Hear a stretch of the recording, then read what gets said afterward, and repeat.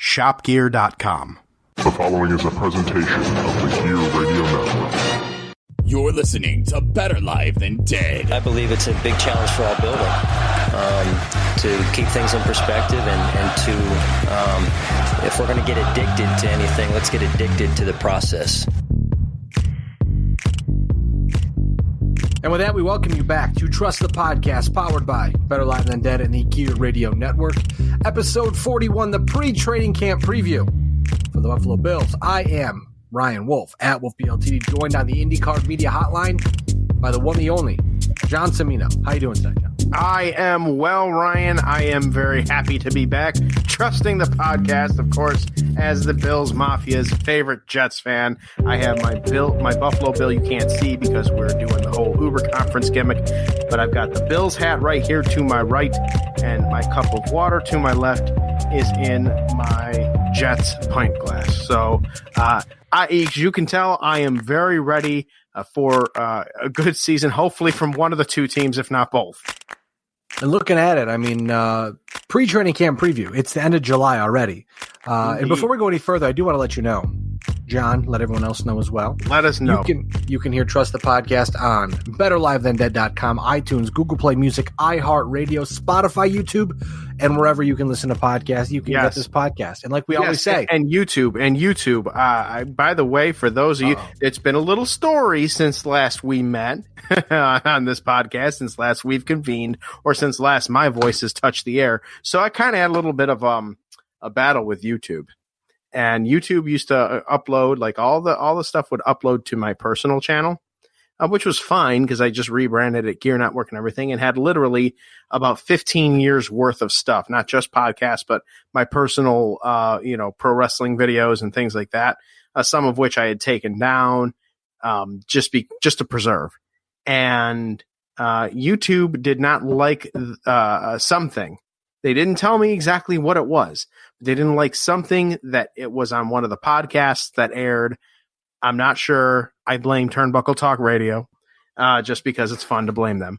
But they didn't like it, and they suspended my personal YouTube account. And I've tried numerous times to, get it restored, figure out what's going on, all that other stuff. They haven't gotten back to me. I haven't seen anything about it. So I started one up as GERE Network, and I'm starting to load up all the old podcasts, and of course the new ones are coming as well, but not every single one of them have carried over. But it's on its way. So yes, you can hear it on YouTube. You just might have to click an extra link. And if there's anywhere else that you listen to a podcast and we don't see our podcast there, let me know at Wolfe BLTD. Let John know at the JC Money, and we will do our best to make it happen for you. We are diligent. We will make it happen. We are on top of things. Now, I want to let you know as well. We talked about it on Better Live Than Dead real quick, but Better Live Than Dead is now an affiliate of Rise Supplements, a gym supplement brand based out of Buffalo, New York. Head over to Rise Sups, that's RYSESUPPS.com. Use the code RWOLFE, that's RWOLFE 9510 to receive 10% off of your order. Ooh, now, John. That's like not paying tax plus a couple cents. It's nice. A little goes a long way, folks. Get your supplements through BLTD, baby. If nothing else, it's a little bit off the top, and that's always nice. Right. Nice. Now, into our rundown, the introduction here today, deep in the throes of summer as we overreact here very quickly. Football comes back this week as the Buffalo Bills open training camp at St. John Fisher in Rochester, New York on Thursday. The end of summer clearly is approaching rapidly. I will calm down and throw myself out the window here in just a moment, pour some cold water on my face, and wake myself back up. If this intro stuff is going to be a thing in future Trust the podcasts, then I really need to get to work on my John Facenda voice. You know who John Facenda is, right? The name sounds familiar, but I can't remember. It's the old NFL Films guy. Oh, yes. The voice of God. Deep in the throes of summer. I try to get like that voice in there, something like that. If we're going to do an intro, then I could do it in the John Facenda voice, and it would be cool. We got to make our own voices here, but I could do that. I could do Samuel Jenkins. I could bring him here.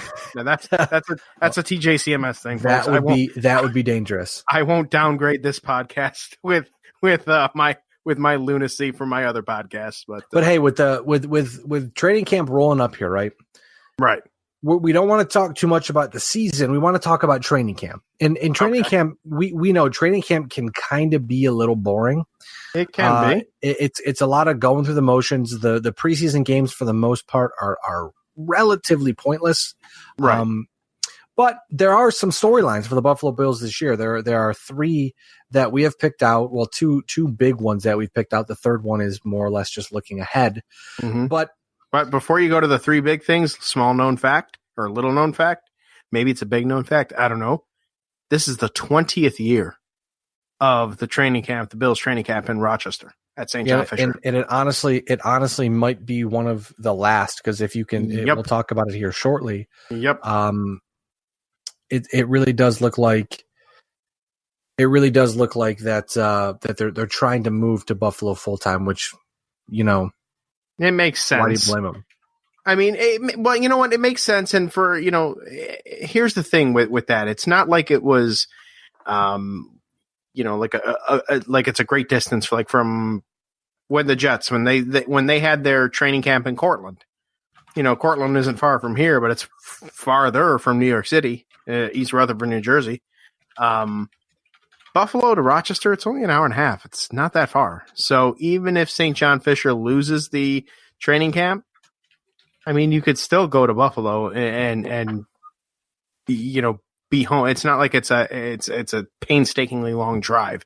Absolutely. I drive longer in town going back and forth, to and from work.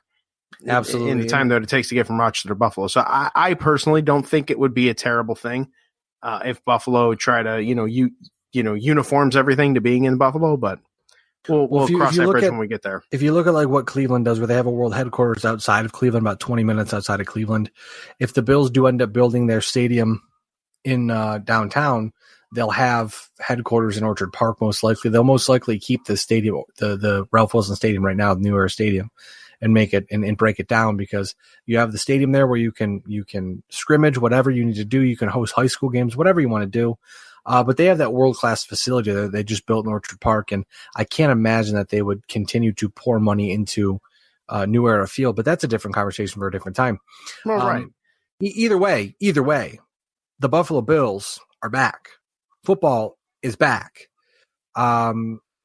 It's always bittersweet for me, at least, because you start the clock on summer where you're like, hey, football's back, but before you know it, it's going to be September, October, November, and you're back in winter. You're back, and the sun's going down at 4:00 in the afternoon.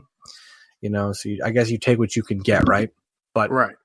The one thing I want to focus on, John, right out of the gate, Josh Allen, rightfully so. He is the prime target for everybody when it comes to talking about the Buffalo Bills this season. I mean, and rightfully so. He will be, of course, and he's, if all goes according to plan, and he's the man for 15 years, he's going to be right there at the forefront all that entire time.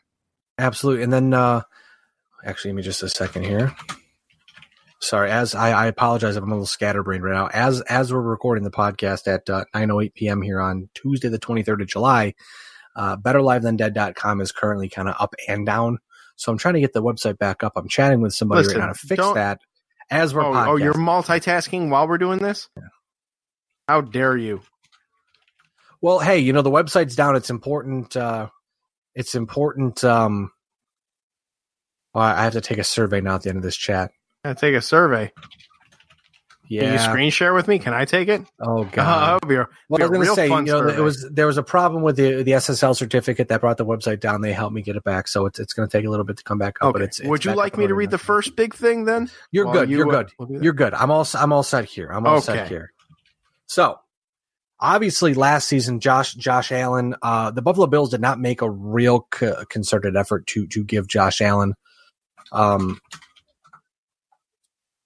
They didn't do a really good job giving Josh Allen a whole lot of talent, not a lot of offensive line talent, not a lot of wide receiver talent, not a lot of tight end talent.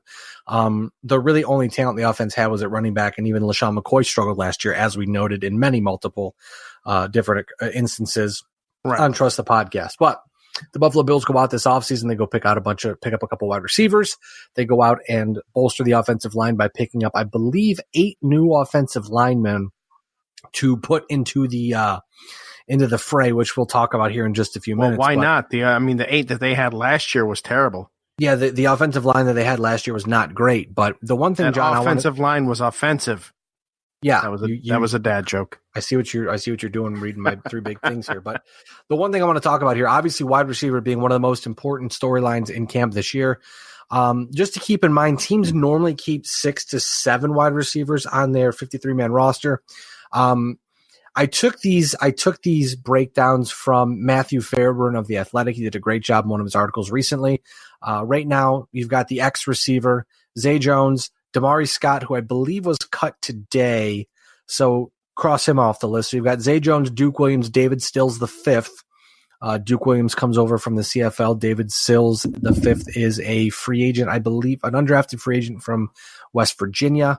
In the Z receiver spot, you have John Brown, Robert Foster, Cam Phillips, Victor Bolden. Then slot receiver, you have Cole Beasley, Andre Roberts, who came over from the Jets as a free agent. Special teamer. You've got Isaiah McKenzie, Ray McLeod, and Nick Easley. So, John, just looking at this on the surface, if we say the Bills are going to keep 7 wide receivers, we're going to overestimate here. You figure Zay Jones, John Brown, Robert Foster, Cole Beasley, and Andre Roberts are a lock. So between 2, 4, 7 players, there's 2 spots left between 7 players. So that really can get. It's going to get quite hot and heavy in camp and in preseason, in those preseason games, figuring out not only how the wide receivers will line up, but who will fill out the depth at those positions. Right, exactly. Because if we're going by what you have highlighted here, I mean, there would be only one at the X and 2 in the Z, 2 slots. So I mean, I'm sure they could do a balancing act with the names that you have highlighted right here. Although Cole Beasley is going to be dangerous in that slot if given the appropriate amount of time. And that's going to be contingent on whether or not the offensive line can protect Josh Allen enough so he doesn't have to use his legs. Cole Beasley didn't do too bad for Dallas during his time there. I can't lie. I don't really know a whole lot about Isaiah McKenzie, Ray McLeod, Nick Easley, Damari Scott, Duke Williams, or David Stills the fifth. So I can't really speak as to who will, of these names, of these exciting names, is just going to shake up the world, shake up St. John Fisher, and tell Coach McDermott, hey, you are making the roster list. But as you said, it's going to be an interesting storyline because there's only 2 slots. If we're going by that number, magic number 7, there's only 2 slots, and with 7, 8 names to fill that 2 slots, it could get very competitive, and it'll at least make the garbage time of the preseason somewhat watchable, because then you'll get to actually see these guys in action, really putting forth an effort to try to earn their spot on the 53-man. I think with the size of Duke Williams and his talent that he showed in the CFL, he probably has a spot and he'll have a chance to work his way up the depth chart. David Sills the fifth, with being practice squad eligible, if he doesn't blow it up, in camp and in the preseason this year, you can clearly stick him on the practice squad, let him get bigger, let him get caught up. That's why I didn't know much about him. He played for Edmonton, the Edmonton Eskimos. Yes, yeah. Duke Williams was, but he's a big dude, and that's what the Bills lack. According to the stats here, 6'3", 225 pounds. He's a big dude. Big now boy. The thing I'm looking at though is when it comes down to being lower on the depth chart, you look at players like a guy like Andre Roberts, who the Buffalo Bills brought in, and obviously you believe he'll make the roster. I mean, no one's a guarantee, but you have to presume that his name is I would say his name is written in erasable pen at this point, where if something changes, could you do something with him? Sure. But he's likely going to be on the opening day 53-man roster because of his talents. If they don't play him offensively, at least he's very good at returning kicks and playing special teams. But you have a guy like Isaiah McKenzie who shined a little last year, Ray McLeod who's had some bursts, but hasn't really jumped off the page yet with special teams, but he can play special teams. So again, it really comes down to you're going to have John Brown on one side, and I would think John Brown and maybe Robert Foster on the outsides, or on both sides, or maybe you put John Brown, Zay Jones. But I think Robert Foster and John Brown are going to be your downfield burners. And then Cole Beasley, someone we haven't talked about yet, who's really going to be a security blanket for Josh Allen, because he really is. He's got Wes Welker tendencies. Absolutely. I mean, you saw how he was used in Dallas. It's a thing where Josh Allen struggles across the middle. Mm-hmm. But if you can get a guy who essentially will catch anything that's thrown to him in the middle, that should help out, get that confidence rolling, because we know Josh Allen can throw the ball a mile, which is why a guy like Robert Foster, his development is huge this year. Can Josh Allen sync up with John Brown, and can Zay Jones make another step forward? Because that would be huge. These aren't big names. I mean, Cole Beasley is probably the biggest name because everyone sees the Cowboys games. They always show the Cowboys games. Right. And you always used to see Tony Romo or Dak Prescott check down to Cole Beasley, get him in open space, he takes off, and there you go. That's going to help extend the drive, a guy like Cole Beasley. But I mean, it looks like, the Buffalo Bills didn't end up with an Antonio Brown, which we've talked about before here on Trusted Podcast a few months ago. That would have certainly improved the offense, improved the wide receiver group a ton. But end of the day, they have who they have. And going into camp, barring injury, it's a step forward. It's not the most effective step forward, but it's a step forward nonetheless. Especially too with the tight end position being unknown, with Tyler Kroft's injury. No one knows. They don't really know right now where they're going to go in the tight end position. So we'll see obviously how that one works out. But again, camp starts in 2 days.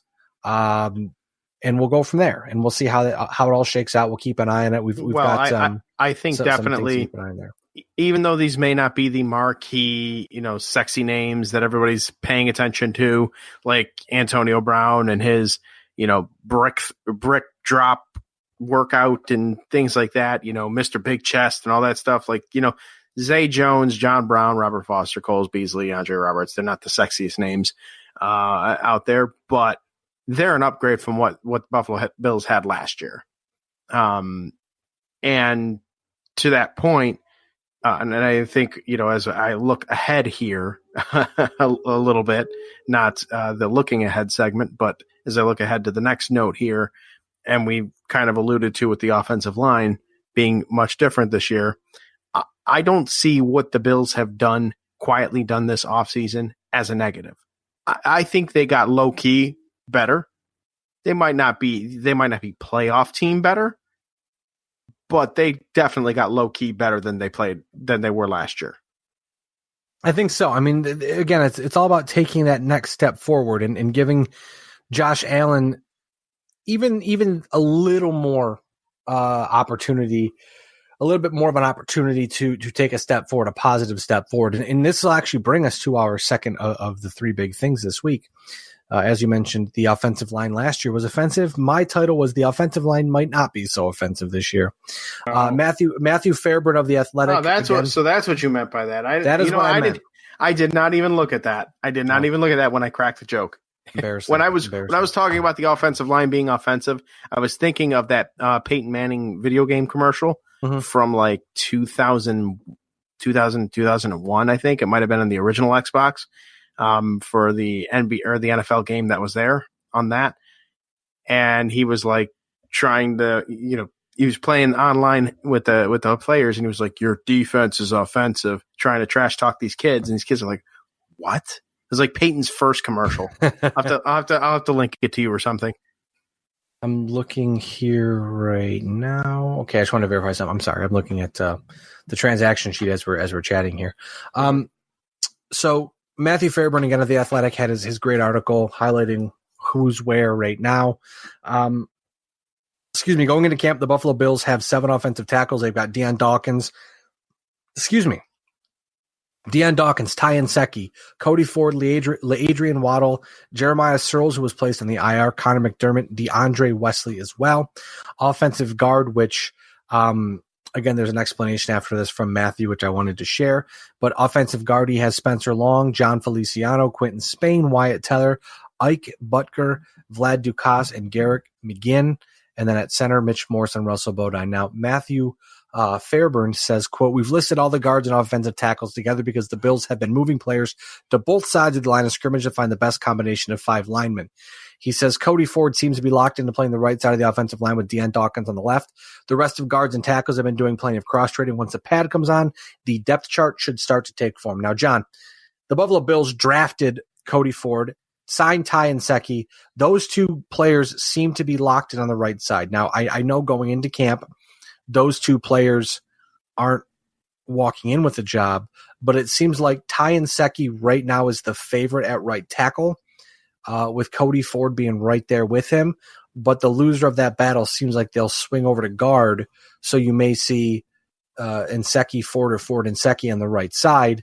I'm not sure how that'll work out, but that seems to be the thought process so far. Because a guy like Ty Nsekhe played last season, and I know the one tape that I saw on Twitter, the one clip I saw on Twitter was him handling, I believe it was Jadeveon Clowney, making him look like a fool for an entire game, where he was able to handle him. He's very good. He's a very good depth player. One of those guys where they think if you give him more time, he'll be able to do more. But if nothing else, he's a very solid depth guy. But like I said, left side, that's Deion Dawkins' job. Left tackle is Deion Dawkins. The left guard, they'll figure that out. Center is definitely going to be Mitch Morse. There's no doubt about that one. And then the right side, maybe Nsekhe, Ford, or Ford Nsekhe. But there's a lot of moving parts on the offensive line right now. And that's also very exciting because, again, it's not we're bringing in a right guard because he's a right guard. We brought in a bunch of bodies, and we're going to see who's the best of the best. Yes, and again, another one of the situations like with the wide receiver thing, XYZ amount of spots. Trying to put the pieces together so that way Josh Allen is not running for 99, 100 yards consecutively every single game again. It's nice that he has the ability to do that, and we all enjoyed it for what it was worth. But the fact is you don't want the offense to rely on him having to be running around like crazy, trying to get time to throw the ball. These names here, and I had to do a double take when I looked and I saw the name Vlad Ducasse. Good old Vladimir Ducasse, former Jet. He was drafted by the Jets in round 2 of 2010, and he was always I always liked him, but either way, this list of names here, these are a good set of names. Again, they can't be worse than whatever position they're put in. They can't be any worse than last year's atrocious line. That line was terrible and historically bad. And so seeing the battles that in training camp that are going to come and through the preseason, they're going to come about this, and seeing how, once we get around to that third preseason game where the starters stay in a little bit longer, unless you're Tom Brady, how they gel with the first teamers and how they actually protect Josh Allen in game play. It's going to be, extended gameplay. It's going to be an interesting thing to see. So I'm very interested to see how the Bills preseason shakes up, probably even more than I am to see how the Jets preseason game shakes up, only because I know how bad the offensive line was last year. I spoke so adamantly about it. And I'm very curious to see what they've done to that. I think that was the biggest piece that they needed to fix this offseason was the offensive line. And so if this offensive line, if these list of names here produce the exact same result or worse for Josh Allen and his protection, then I think next offseason we need to start talking about this process that we're supposed to be trusting and the people that are trying to get us to trust said process, because 2 years of downgrading on positions that are pretty important to the guy you want to keep around for a while. Yeah, might be time to start kicking the dirt on the old coaching search again, and the old Rooney Rule. Now looking at the line again real quick, Matt Perino of the New York State Upstate, who, spoiler alert, he may end up being on the podcast next couple weeks here. We will get those details hammered out. Matt. He writes that, quote, Bodine, Butker, Searles, Waddle, and McDermott are all on the wrong end of the roster bubble heading into camp with all the strong additions. So, again, there's a lot going on and a lot of moves to be made, a lot of moving, a lot of shaking. And that brings us to our look ahead, really, brought to you by 26 Shirts. Check out 26shirts.com, at 26 Shirts on Twitter and Instagram. Also over on Facebook, facebook.com/26 Shirts. Excuse me. So training camp opens Thursday, July 25th, which we talked about. The final practice in Rochester is Tuesday, August 6th. The preseason schedule. You're going to go to any of those practices? I was going to actually mention before the end, we are taking Jason, J-Dog. We're taking him to Bill's camp on Saturday. Oh, nice. He's never been, and he loves football. So I don't think he knows he's going until we get there and he sees football. So he may lose his little child mind, but it'll be a lot of fun. That's awesome. That's awesome. But the preseason schedule, first preseason game Thursday, August 8th, versus Indianapolis. That's at New Era Field. Game 2 is at August 16th at the Carolina Panthers. They will have a joint practice August 13th and 14th at Wofford College in Spartanburg, South Carolina. Let's try that again. There you go. Friday, August 23rd at the Detroit Lions. And they close out Thursday, August 29th versus the Minnesota Vikings at New Era Field, getting themselves prepped for the 2019 NFL season. Oh, I got to say that's not a friendly preseason schedule when you think about it. You put the Thursday, you put the first preseason game at home and then the last preseason game at home, when you're going to see maybe the starters at that point, a combined 1.5 quarters at that point. Whereas games 2 and 3, you're liable to see the starters play the first half and maybe some into the second half. So it's kind of dog crap for the Bills fans at home. It is, but I mean, a lot of people are just ready they're ready for football to be back. They're ready for the regular season to be here. I know for me personally, I'm ready for football to come back because fantasy football is going to be a lot of fun, and it always is. It always is a lot of fun. But I'm still holding on to summer, man. I'm not ready for it to go. But me either. But it's going to go, and I mean, the Hall of Fame game is next week on Thursday. It's wild. Already. So it's like, I mean, football for me never really kind of died because I got into the whole AAF thing. And then when that folded in week 8, which, still irritates me a little bit that it went down the way it did.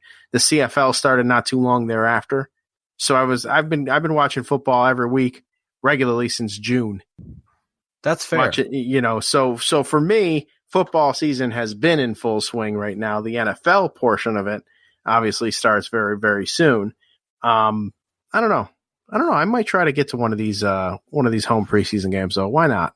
That's fair. They probably should be very cheap too, which is always nice. But I would imagine the August 29th one against the Vikings is probably going to be dirt cheap. Oh, absolutely. Because nobody's going to be playing that game. Bunch of scrubs that you're going to see playing in the XFL probably. Now, I'm not sure if we're going to be talking a whole lot about the preseason. I mean, we'll have some podcasts here and there. I'm not sure if we're going to do a game-by-game breakdown or if we're just going to kind of just chat whenever, but we'll be here. Trust the Podcast is back for the 2019 NFL season. And I mean, that's all I got right now. I mean, very excited. You know what it is? This is part of it is getting the podcast out there. This is kind of like the Thinking Man's podcast, You not only were you talking about some things here, but you were kind of multitasking and doing some thinking, improv, getting the kinks out, baby, for the podcast for the regular season, man. I like it. You're opening the windows. You're airing it out. Airing it out just a little bit. Listen, this is the first podcast that I've been considering myself, since Ryan won't consider me on-air talent in over a month because I typically take July's off for podcasting anyways. But so this is me warming up. So if this sucked, send all of your hate mail correspondence to @Mr. LG Perez on MRLG Twitter. Perez. MRLG Perez. Just tell him all about like everything you hated. Absolutely. And then everything you like, you can send that to me because I want to read that. Perfect. Well, hey, with that being said, John is at JC Money. I am at Wolfe BLTD. Again, you can check out Trust the Podcast on betterlivethandead.com when the website's actually up and working. Facebook, you can Better Live Than Dead on Facebook, facebook.com/BLTD Sports. You can check us out on Spotify, Google Play, iTunes, YouTube, iHeartRadio, wherever you get a podcast, you get this podcast. And as always, John, we like to say it, trust the podcast and go Bills. And shut up, Ryan. The preceding presentation has been brought to you by the GERE Network. Hi, ladies and gentlemen. Do you like sports, interactive polls, friendly banter from two guys that probably shouldn't even be on the microphone doing this stuff anyways? Well, if you do, then you're in luck. Us two knuckleheads, Brandon and myself, comprise the Listen In Podcast. That's right, Listen In, the podcast. We're talking sports, we're talking news, we're talking topical things, we're talking all sorts of things, my babies, and you are all invited to listen in right here on the GERE Radio Network.